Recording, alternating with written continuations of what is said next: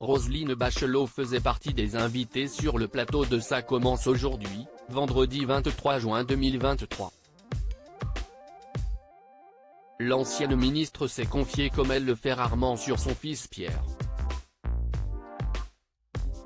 Elle a révélé à quel point il a souffert de son nom de famille.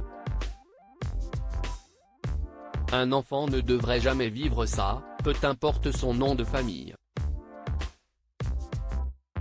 Vendredi 23 juin 2023, sur le plateau de Ça commence aujourd'hui, Roselyne Bachelot a fait des révélations bouleversantes. L'ancienne femme politique a assuré à quel point sa profession avait été un véritable calvaire pour son fils unique, Pierre. Elle a expliqué qu'il avait été violenté à l'école à cause des idées politiques de sa mère. Il était attaqué à l'école. Il a été battu par un instituteur qui ne partageait pas mes convictions politiques, a-t-elle ainsi déclaré avant d'ajouter, il y a des sanctions qui ont été prises par la suite. Être le fils de n'est pas toujours facile. D'ailleurs, pour Pierre, le fils de Roselyne Bachelot, ça a même été un calvaire. Alors qu'il n'avait que 11 ans, celle qui a également été chroniqueuse dans une émission a assuré qu'il lui avait une lettre bouleversante.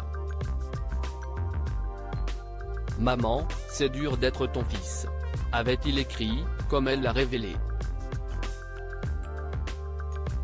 Son fils n'a pas été le seul à souffrir de sa notoriété.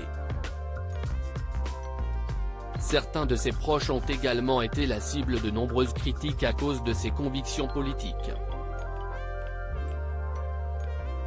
Nous, les politiques, note de la rédaction, on a un sac de cailloux et de récompenses, les proches n'ont que le sac de cailloux. Et ça, il faut aussi le réaliser, a-t-elle regretté. À 76 ans, Roselyne Bachelot est loin d'être usée si une telle pression et charge mentale aurait pu l'user, elle a assuré qu'à 76 ans, elle était toujours très en forme et heureuse d'avoir pu, tout de même, exercer dans de hautes fonctions. Je ne suis pas usée. J'ai 76 ans, j'ai l'air de quelqu'un qui est usé ? A-t-elle encore affirmé lorsque Faustine Bollaert lui a demandé si elle n'avait jamais eu l'impression d'avoir parfois eu les épaules trop lourdes.